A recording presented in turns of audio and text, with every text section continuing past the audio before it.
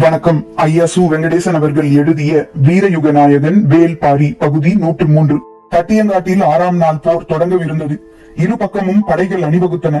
வழக்கம் போல் திசைவேழர் பரன் மீது ஏறினார். நேற்றை போல இன்று இருக்காது. தாக்குதல் முழு அளவில் இருக்கும் என்று நினைத்தபடி நாழிகை கோலின் நிழலை உற்று நோக்கிக் கொண்டிருந்தார். இரு பக்க படைப்பிரிவுகளும் ஒன்றினை ஒன்று எதிர்நோக்கியபடி இருந்தன. போர் தொடங்கும் நேரம் நெருங்கிய பின்னும் உதியஞ்சேரலும் செங்கனச்சோழனும் கூடாரத்தை விட்டு வெளிவரவில்லை. ஈங்கையன் தங்களுக்கு வழங்கிய வாக்குப்படி நடந்து கொண்டானா என்பது தெரியவில்லை. ஆனால் பரம்பு படை முழுமையாக தட்டியங்காட்டில் வந்து அணிவகுத்து நிற்கிறது. அப்படியென்றால் பாரி கொல்லப்படவில்லையா? என்னதான் நடந்தது என்பதை அறிய இருவரும் தவித்தனர். இன்னொரு பக்கம் குலசேகர பாண்டியனின் கூடாரத்தில் புதிய வெப்பன் இருந்தான். நேற்று இரவு இரளிமேடு நோக்கி புறப்பட்ட பொற்சுவை இன்னும் வந்து சேரவில்லை. அழைத்து சென்ற காராளியும் வரவில்லை என்று 6 ஊர்களிலும் உள்ள உளவுக்காரர்களிடம் இருந்து உறுதியான செய்திகள் வந்து கொண்டிருக்கின்றன. அப்படி என்றால் அங்கு என்னதான் நடந்தது? பல்லக்கு தூக்கிகளாக அனுப்பப்பட்ட பாண்டிய நாட்டு வீரர்கள் தங்களுக்கு இட்ட பணியை செய்தார்களா? பாரி கொல்லப்பட்டானா இல்லையா? பரம்பு படை வழக்கம் போல் வந்து அணிவகுத்து நிற்பதை பார்த்தால் பாரி கொல்லப்படவில்லை என்று தெரிகிறது. ஒருவேளை பாரி தாக்குதலுக்கு உள்ளாகி அவனுக்கு சிகிச்சை அளிக்கின்றனரா? பொற்சுவை என்ன ஆனால் என்ற விடை தெரியாத கேள்விகளுக்கு முன் நிலை கொள்ள முடியாத பதற்றத்தில் நின்று கொண்டிருந்தார் பேரரசர் குலசேகர பாண்டியன். போர் தொடங்கும் நேரம் நெருங்கியதால் செங்கனச்சோழன், நாம் முதலில் போர்க்களம் புகுவோம், இல்லை என்றால் பாண்டியனுக்கு நம் மீது ஐயம் உருவாகும். ஈங்கையனின் தாக்குதல் என்னதான் ஆனதென்று அங்கிருந்தபடியே தெரிந்து கொள்ள முயல்வோம் என்று உதயஞ்சேரலிடம் சொன்னான். அவனது கூற்றினை உதயஞ்சேரலும் ஏற்றான். இருவரும் கவசம் பூண்டு போர்க்களம் புறப்பட்டனர். பாண்டியனுக்கும் இதே நிலைதான்.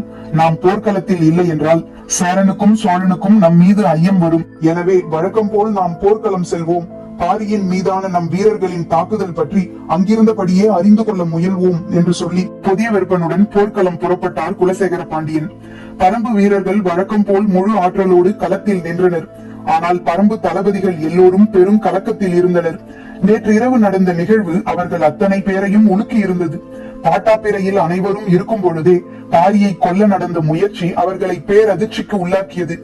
சுகமதியின் கதறலும் கபிலரின் கண்ணீரும் யாரையும் இயங்க விடவில்லை. எல்லோரும் நிலைகுலைந்து நின்றனர். பாண்டிய வீரர்கள் எரிந்த ஈட்டிகள் பொற்சுவையையும் வீழ்த்தின. கபிலர் ஓடிப்போய் அவளை தூக்கும் முன்பே உயிர் பிரிந்தது. அதன் பின்புதான் பல்லக்கில் இருந்து சுகமதி வெளியில் வந்தாள். பொற்சுவையின் நிலை கண்டு கதறிக்கொண்டு ஓடினாள். குருதியில் மூழ்கி கிடந்த பொற்சுவையின் கால்களை தனது மடியில் எடுத்து வைத்துக் கொண்டு காடதிர கதறினாள். அவள் சொல்லி அழுத சொற்களை நினைக்க நினைக்க முடியனின் கண்களில் நீர் பொங்கியபடி இருந்தது. பரம்பு படையின் முன்பகுதியை வழக்கம் போல் அவன் குதிரையில் சுற்றி வந்தான். எதிரிகளும் தங்களின் படைகளை அணிவகுத்து நிறுத்தி இருந்தனர். தேர்ப்படையில் கருங்கைவாணன் நின்று கொண்டிருந்தான். படையின் நடுப்பகுதியில் மயூர் கிழார் நின்று கொண்டிருந்தார். குதிரையில் சென்று கொண்டே எல்லாவற்றையும் பார்த்தபடி படையை கடந்தான் முடியன். அவனால் சிந்தனையை ஒருமுகப்படுத்த முடியவில்லை. எப்பொழுதும் போல் படையின் இறுதி பகுதியில் நின்று கொண்டிருந்தான் தேக்கன். நேற்று இரவு அவன் நாகக்கரட்டில் கூடாரத்தில் தங்கியிருந்தான். நடந்த தாக்குதலை கேள்விப்பட்டு அவசரமாக அங்கு ஓடினான். பாட்டாப்பிரைக்கு தேக்கன் வந்து நின்றதும் அவன் கால்களை பற்றி கதறினார் கபிலர். பெரும்புலவரின் கண்ணீர் பட்ட கணத்தில் தேக்கனின் உடலே நடுங்கியது. குருதி பொங்கும் பொற்சுவையின் உடலை மடியில் கிடத்தி இருந்த கபிலர் எதிரில் சாய்ந்து கிடந்த ஈங்கையனையும் பார்த்து கதறி கதறி அழுதார். எல்லா கொலைகளுக்கும் தானே காரணமாகிவிட்டதாக நினைத்தார். அத்தாக்குதலை யாராலும் விளங்கிக் கொள்ள முடியவில்லை. ஈங்கையன் மீதான இரக்கமும் தங்களின் கண்முன்னால் ஒரு பெண் கொலை செய்யப்பட்டுவிட்டால் என்ற பதற்றமும் அனைவரையும் நிலைகுலைய செய்தன. நள்ளிரவுக்கு பின் சுகமதி பேசத் தொடங்கினாள். பொற்சுவையின் உடலில் கசிந்து கொண்டிருக்கும் குருதி பாரியின் உயிர் காக்க சிந்தப்பட்டது என்பதை அறிந்த பொழுது பரம்பே உறைந்து போனது. திசைவேழர் தன் கைகளை உயர்த்தியவுடன் போர் முரசங்கள் முழங்கின. தட்டியங்காட்டு போரின் 6ஆம் நாள் தொடங்கியது. படைகளின் தாக்குதல் தொடக்கத்திலேயே வீறு கொண்டு இருப்பது போல் அவருக்கு தெரிந்தது. பரம்பு படை வழக்கம் போல் அணிவகுத்திருந்தது. இரவாதன் இரவு முழுவதும் குலவன் திட்டின் அடிவாரத்தில் தனது படையை பயிற்றுவித்தான். அவனுடன் சேர்ந்து மூஞ்சலை தாக்கி நீலனை மீட்பதற்கான திட்டத்தின் தளபதிகளான கருணியும் பிடரிமானும் இடமும் வலமுமாக வந்து நின்றனர். குலவன் திட்டிலிருந்து நேராக தட்டியங்காட்டுக்கு வந்து சேரத்தான் பொழுது சரியாக இருந்தது. நேற்று இரவு நடந்தது எதுவும் இரவாதனுக்கு தெரியாது. வழக்கம் போல் பீரிடும் ஆற்றலோடு களம் வந்து நின்றான் இரவாதன். போரின் முதல் நாழிகையிலேயே ஆயுதங்களின் சீற்றம் அதிகம் இருந்தது. குறிப்பாக வேந்தர் படையின் தாக்குதல் மிகு வலிமையோடு இருந்தது. பரம்பின் விற்படை எதை நோக்கி திரும்பி நகர்வது என்பதை இன்னும் முடிவு செய்யாமல் இருந்தது. எப்பொழுதும் உதிரன் போர் தொடங்கிய கணத்திலேயே அதனை முடிவு செய்வான். ஆனால் இன்று அவன் முடிவேதுமின்றி களத்தில் நின்றான். நேற்றிரவு பாட்டாப்பிரையில் தாக்குதல் நடந்த பொழுது அவனது கையருகேதான் ஈங்கையன் இருந்தான். அவன் மீது ஈட்டிகள் பாய்ந்த போது துடித்து போனான் உதிரன். தாக்குதல் நடத்திய பாண்டியனின் பல்லக்கு தூக்கிகளை கன நேரத்தில் பரம்பு வீரர்கள் வெட்டி வீசினர். ஆனாலும் ஈங்கையனை இழந்ததால் வந்த ஆவேசம் கட்டுக்கடங்காமல் இருந்தது. சுகமதி பேசத் தொடங்கிய பிறகு நிலைமை தலைகீழாக மாறியது. வேட்டுவன் பாறைக்கு அருகில் சிகிச்சை எடுத்து வந்த ஈங்கையனையும் அவன் தோழர்களையும் நம்பிக்கைக்கு உரியவர்கள் என்று தெரிவித்தது நீலனும் உதிரனும் தான். அவர்களை பற்றி இன்னும் நன்கு விசாரித்து அறியாமல் தவறு செய்து விட்டோமோ என்று தோன்றியது. ஆனாலும் துரோகம் கழுத்து வரை வந்து நின்றதை யாராலும் எளிதில் கடக்க முடியவில்லை. தேக்கன், முடியன், உதிரன், விண்டன் என எல்லோரும் தட்டியங்காட்டில் நிலைகுலைந்து நின்று கொண்டிருந்தனர். வேந்தர்களின் தரப்பில் குலசேகர பாண்டியன், செங்கன சோழன், உதியஞ்சேரல், புதிய வெப்பன் ஆகிய நால்வரும் விடையறிய முடியாத கேள்விகளோடு நின்று கொண்டிருந்தனர். அவர்களால் போர்க்களத்தில் கவனம் கொள்ள முடியவில்லை.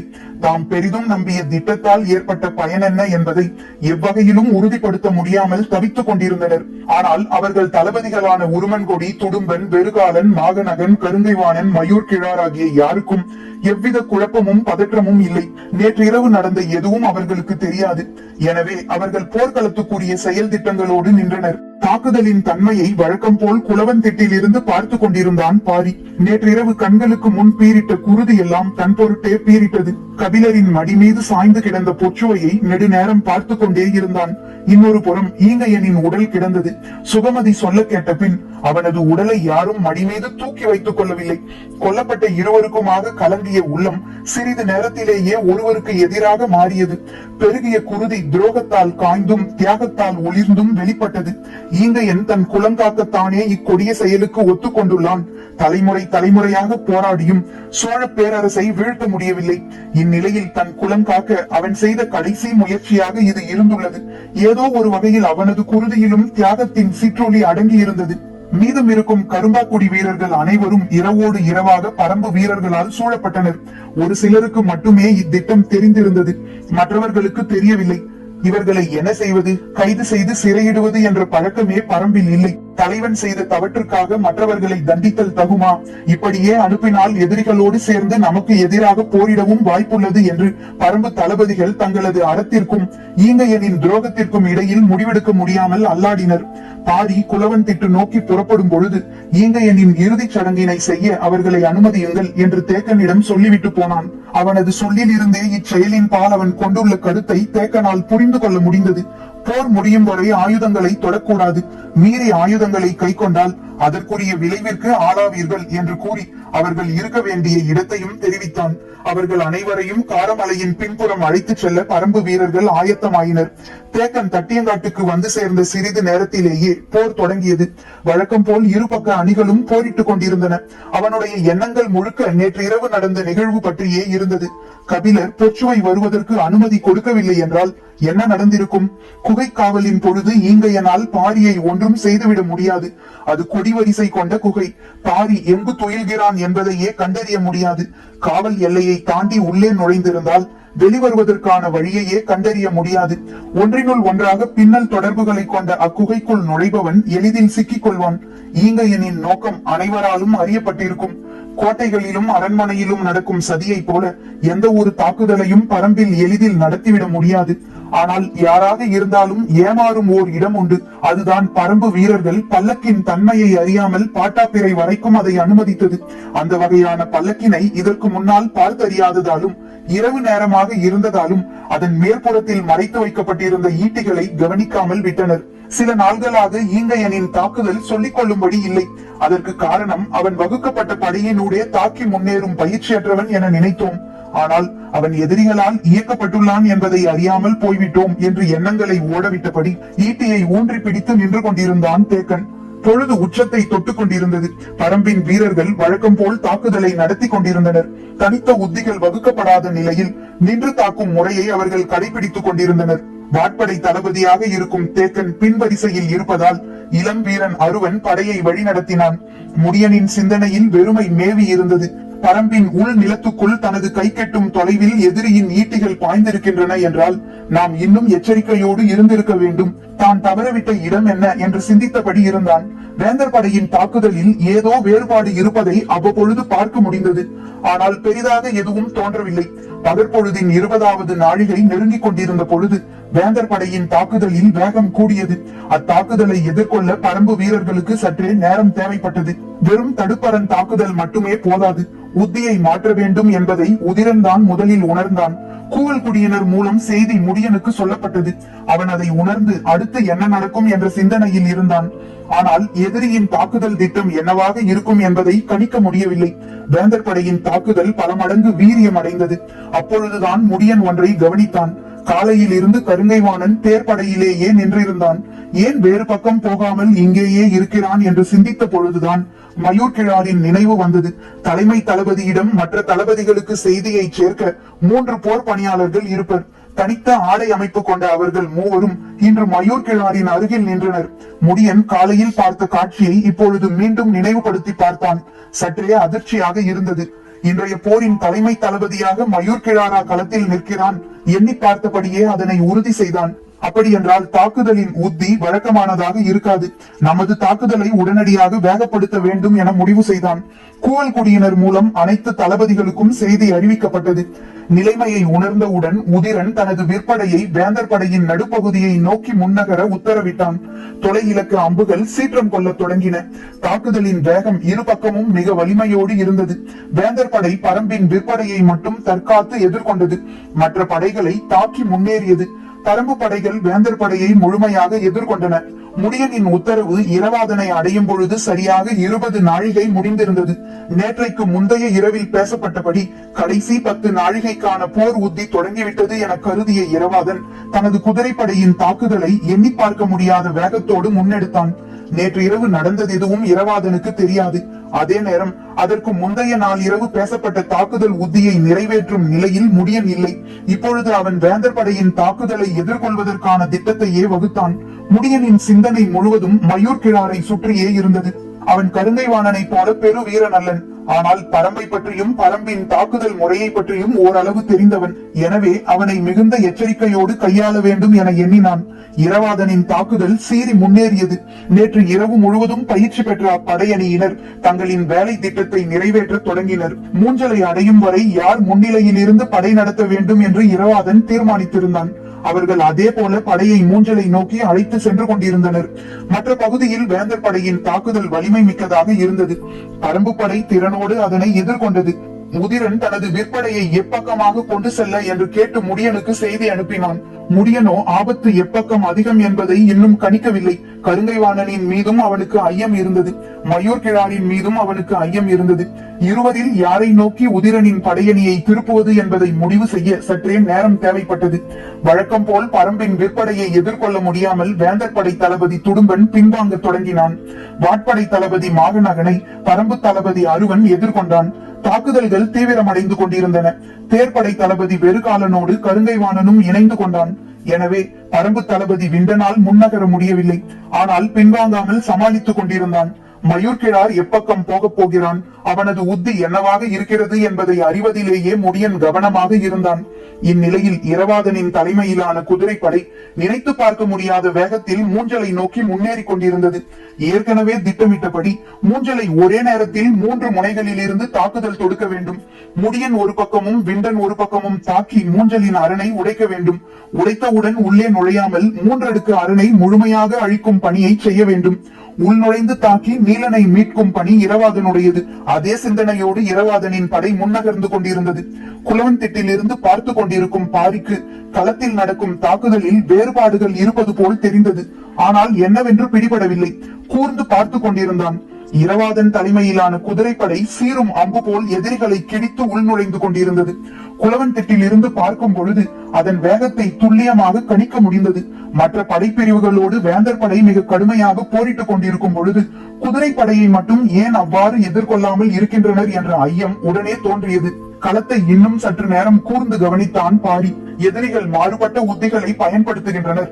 நம் வீரர்கள் அதை புரிந்து கொண்டு செயலாற்ற வேண்டும் என்று தோன்றியது. இவ்வெண்ணம் உருவாகி கொண்டிருக்கும் போதே இரவாதனின் குதிரைப்படை பாதி தொலைவை கடந்து உள்ளே போய்விட்டது. நினைத்ததை விட வேகமாக அவன் உள்ளே போய்க் கொண்டிருந்தான்.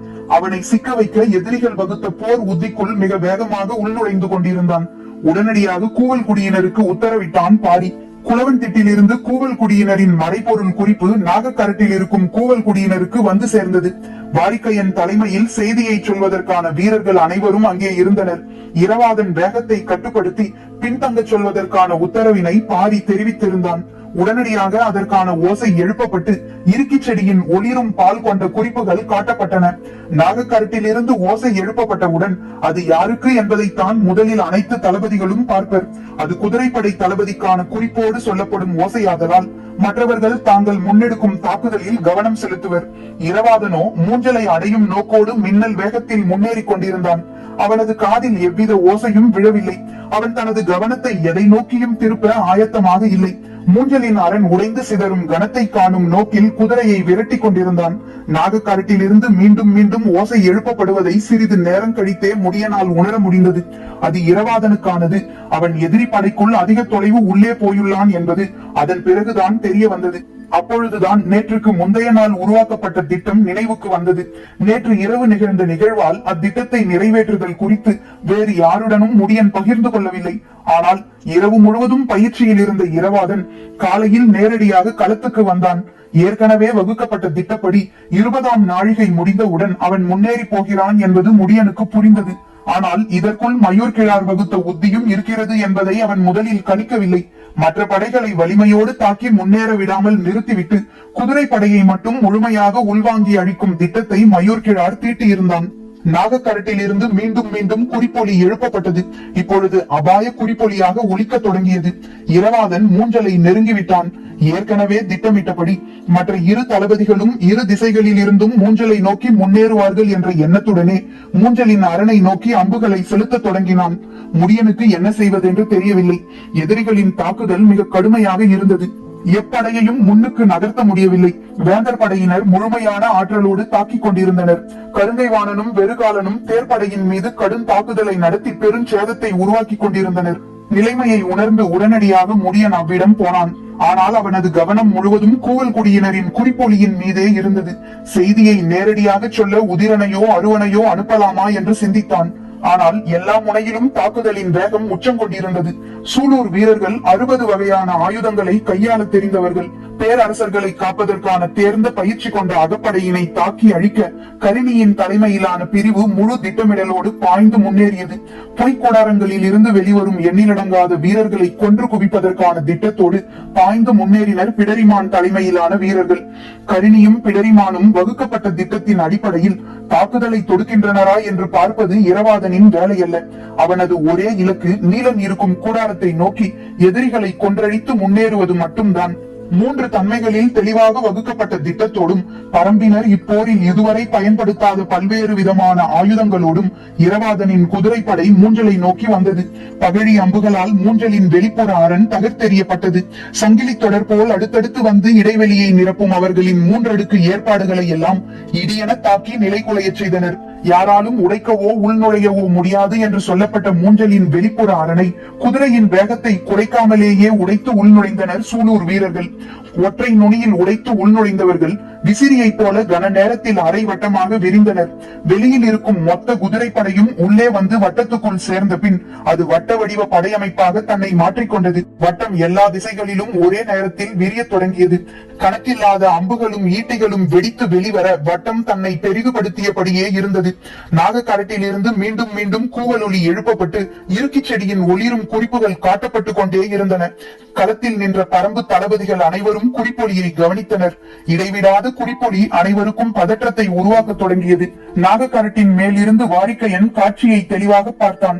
மூஞ்சலை உடைத்து இரவாதன் உள்நுழைந்து கொண்டிருந்தான். அன்று முடியன் கவலையோடு சொன்னது நினைவுக்கு வந்தது.